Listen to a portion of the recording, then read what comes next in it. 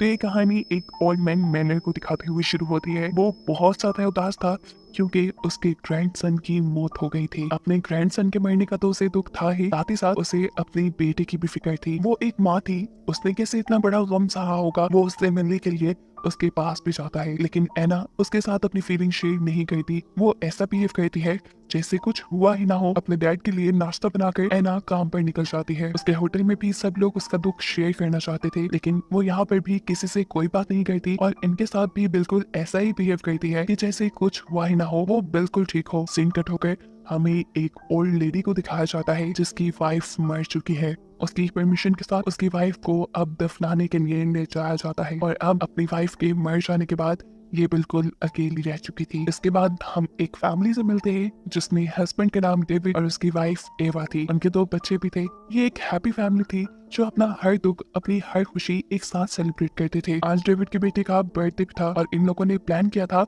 कि अपने काम से वापस आने के बाद ये सब मिलकर ये बर्थडे धूमधाम से सेलिब्रेट करेंगे। ये प्लान करने के बाद ईवा और डेविड दोनों अपने काम के लिए निकल जाते हैं। वो नहीं जानते थे कि आज उन्होंने जो प्लान किया है वो बिल्कुल ही उल्टा होने वाला है। टनल से गुजरते हुए एवा की कार का एक्सीडेंट हो जाता है और मौके पे ही एवा की मौत हो जाती है। उसकी मौत से उसकी पूरी फैमिली बहुत ज्यादा शॉक थी और साथ में दुखी भी। डेविड अभी हॉस्पिटल ही था। ये रात तो जैसे कटने का नाम ही नहीं ले रही थी। इसी रात में हमें एक तेज आवाज सुनाई देती है। ये आवाज इतनी तेज थी कि सभी जिंदा इंसानों के कान फटने लगे थे और जिस वक्त ये आवाज सुनाई दी उसी वक्त पूरी दुनिया की लाइट एकदम से ब्लिंक हुई। इस आवाज की सुनते साथ ही सारे परिंदे यहाँ से उड़ जाते हैं और जहाँ पर एना काम कर रही थी हम देखते हैं कि वहाँ का फैन भी गिर जाता है, लेकिन किस्मत से एना बच जाती है। एना के डैड जो कि अपने ग्रैंडसन की ग्रेव पे गए हुए थे वो भी इस आवाज को सुनते हुए बेहोश हो जाते हैं और जब उन्हें होश आया तो उन्हें अपने ग्रैंडसन की कब्र में से कुछ आवाजें सुनाई दी। उसे लगा कि उसका ग्रैंडसन जिंदा है। जिस चेक करने के लिए वो अपने ग्रैंडसन की कब्र खोद देता है। उसका ग्रैंडसन जिंदा है कि नहीं ये तो हमें नहीं दिखाया जाता, पर मैनर यानी इस ओल्ड मैन का हैरान परेशान चेहरा दिखाया जाता है। सीन कट होकर अब हमें उस बुढ़ी औरत को दिखाया जाता है जिसकी वाइफ अभी एक दिन पहले ही मरी है। अपनी वाइफ के बगैर वो बिल्कुल अकेली रह चुकी थी। वो उसकी याद में रो रही थी कि अचानक उसे भी अपने घर के बाहर एक आवाज सुनाई देती है और जब वो चेक करने जाती है तो ये देखकर वो हैरान रह गई कि घर के बाहर और कोई नहीं बल्कि उसकी वाइफ ही थी। उसे अपनी आंखों पे यकीन नहीं आया, इसीलिए वो अपनी वाइफ को गले लगा लेती है। सीन कट होकर हमें हॉस्पिटल का सीन दिखाया जाता है जहाँ डेविड अभी अपनी वाइफ की मौत पे रो रहा था। एकदम से उसे फील हुआ जैसे एवा ने अपना हाथ हिलाया। ये देखकर वो बुरी तरह शॉक हुआ और उसने जाकर डॉक्टर्स को बुलाया। डॉक्टर्स के चेक करने पे उन्हें मालूम हुआ कि एवा जिंदा हो गई है, लेकिन उसकी हार्ट बीट बहुत कम है। इस चीज से वो शॉक रह चुका था। वो घर आकर के बाद अपने बच्चों को भी बताता है कि पहले उसकी मॉम मर गई थी, लेकिन अचानक से फिर उसकी मॉम जिंदा हो गई और अब डॉक्टर्स का कहना है कि उनकी हार्ट बीट बहुत कम है, इसलिए डॉक्टर्स ने उन्हें अपनी ऑब्जर्वेशन में रखा है। डॉक्टर भी इस चीज को एक्सप्लेन नहीं कर पा रहे थे कि आखिर एवा जिंदा कैसे हुई है। यहाँ सीन कट होकर हम एना को देखते हैं जिसका बेटा मर चुका है। अपना दुख अपने अंदर रख रख के वो बहुत ज्यादा थक चुकी थी। वो अब इस दुख के साथ और जिंदा नहीं रहना चाहती थी। वो अपने बाथरूम में जाकर जोर से चीख मारती है और अब फैसला करती है कि वो भी जिंदा नहीं रहेगी, वो भी अपनी जान दे देगी। ये सोचते हुए वो एक प्लास्टिक रैप से अपना मुंह रैप कर लेते हैं। इससे पहले कि वो मर जाती ठीक टाइम पर यहाँ उसके डैड आकर उसके मुंह से ये रैप उतारकर उसे बचा लेते हैं। असल में उसके डैड उसके बेटे को कब्र से निकाल लाए थे जो कि जिंदा था और वो यही बात अपनी बेटी को बताने आए थे। वो अपनी बेटी का हाथ पकड़कर उसे उसके बेटे के रूम में ले जाते हैं जहाँ वो भी अपने बेटे को जिंदा देखकर बहुत ही ज्यादा खुश थी। ये जितने भी मरे हुए लोग जिंदा हुए थे ये लोग काफी अजीब थे दिखने में भी और हरकतों में भी। एवा जो कार एक्सीडेंट के बाद जिंदा हुई थी, जिस हालत में कार एक्सीडेंट के बाद वो मरी थी उसी हालत में वो जिंदा हुई थी। वो बूढ़ी औरत जो जिंदा हुई थी क्योंकि वो एक दिन पहले मरी थी इसीलिए उसकी बॉडी ज्यादा खराब नहीं थी सिवाय उसकी आंखों के, जबकि एना का बेटा वो तो काफी दिन पहले मरा था इसीलिए उसका जिस्म काफी ज्यादा सड़ चुका था। उसके जिस्म से स्मेल भी आ रही थी। उसके ग्रैंडपा जब उसे घर लेकर आए तो उन्होंने उसे नहलाया भी, लेकिन ये स्मेल आना बंद नहीं हुई। एना अपने डैड से कहती है हमें इसे हॉस्पिटल लेकर जाना चाहिए, इसकी हालत ठीक नहीं, लेकिन उसके डैड मना कर देते हैं और कहते हैं नहीं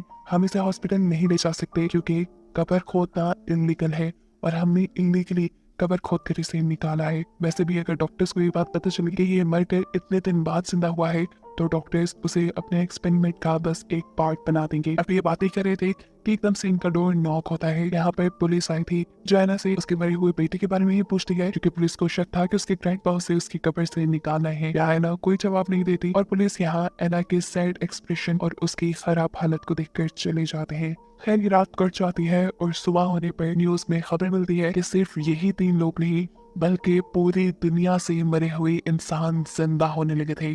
बहुत से लोग अपनी ग्रेव्स फाड़कर खुद बाहर आ चुके थे और बहुत से लोगों को उनकी कब्रों से निकाला जा रहा था। जितने भी मरे हुए लोग जिंदा हुए थे उनकी हालत करीबन एक सी ही थी।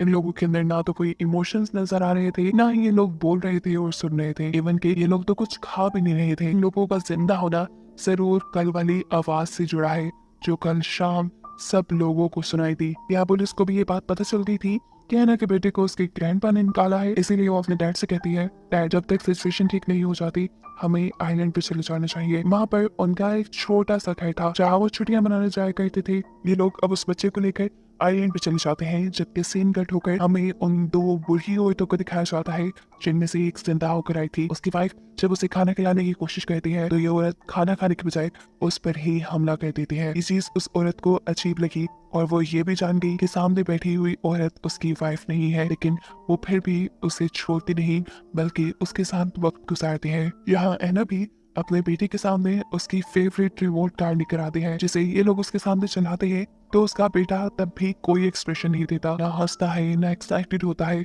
और इससे इन लोगों के अंदर भी परेशानी बढ़ जाती है। फिर एना के जब डैड यहाँ से दूर पीने के लिए पानी लेने के लिए जाते हैं तो हम उनके पीछे एक और डेड आदमी को देखते हैं। यह आदमी देखने में काफी भयानक लग रहा था, ऐसे जैसे वो बहुत पहले मरा हो और उसकी बॉडी काफी ज्यादा सड़ चुकी हो। वो एना के डैड को ऐसे दिख रहा था जैसे उन्हें मार खाएगा। फिर सीन कट होता है और हमें दिखाया जाता है कि एवा के बच्चे एवा से मिलने के लिए गए हैं।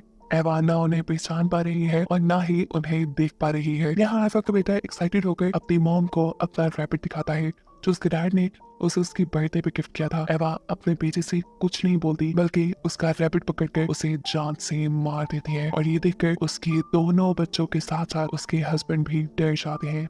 एवा की बेटी अब ये बात समझ चुकी थी कि ये औरत जो उनके सामने बैठे हैं ये उनकी मॉम तो बिल्कुल नहीं है। सीन कट होकर हमें आइलैंड पे दिखाया जाता है कि अब एना को भी वो डेड इंसान नजर आने लगा था जो उसके डैड के पीछे हमने देखा था। एना उससे बुरी तरह डर गई और उसने अपने खिड़की दरवाजे सब बंद कर लिए। जैसे ही एना के डैड वापस आए तो एना ने उसे डेड मैन के बारे में बताया। एना के डैड कहते हैं, रुको, फिक्र न करो, मैं पूछ कर आता हूँ उसे। एना अपने डैड को रोकती रह जाती है कि प्लीज आप बाहर न जाए, लेकिन एना के डैड उसकी एक बात नहीं सुनते और बाहर जाते ही वो डेड आदमी एना के डैड के ऊपर हमला करके उन्हें बुरे तरीके से मार देता है। ये खौफनाक मंजर एना को इतना डरा देता है कि एना का एक सेकंड रुकना भी यहाँ मुश्किल हो गया था। वो अपने बेटे को गोद में लिए यहाँ से बोट में भाग जाती है। पानी गहरा था जिसकी वजह से उस डेड इंसान ने उसका पीछा नहीं किया। सीन कट होकर हमें उन ओल्ड लेडीज को दिखाया जाता है जहाँ डेड ओल्ड लेडी अपनी जिंदा वाइफ को मार चुकी है। साफ मतलब था कि ये जितने भी लोग जिंदा हुए थे ये लोग इंसानों को मार रहे थे।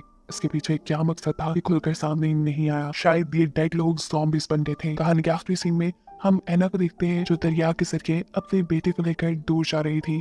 वो भी ये बात जान गई थी कि उसके पास जो है वो उसका बेटा नहीं है बल्कि कोई और है जिसे आखिरी मर्तबा सीने से लगाते हुए वो पानी में छोड़ दी थी। उसने अब सच्चाई को एक्सेप्ट कर लिया था। जो नेचर ने उससे ले लिया था उसने वो नेचर को वापस कर दिया था। ऐसे उसकी जान किसी भी खतरे में आने से बच गई और हमें उसे देखते हुए ये सबक मिला कि जो अपनी सिचुएशन को जितनी जल्दी एक्सेप्ट कर लेता है उसके इस दुनिया में सर्वाइव करने के चांसेस बहुत ज्यादा बढ़ जाते हैं। कोई भी जाने वाली चीज लौट कर नहीं आती और जो उन चीजों में ही खोए रहते हैं वो मर जाते हैं, बिल्कुल उस ओल्ड लेडी की तरह।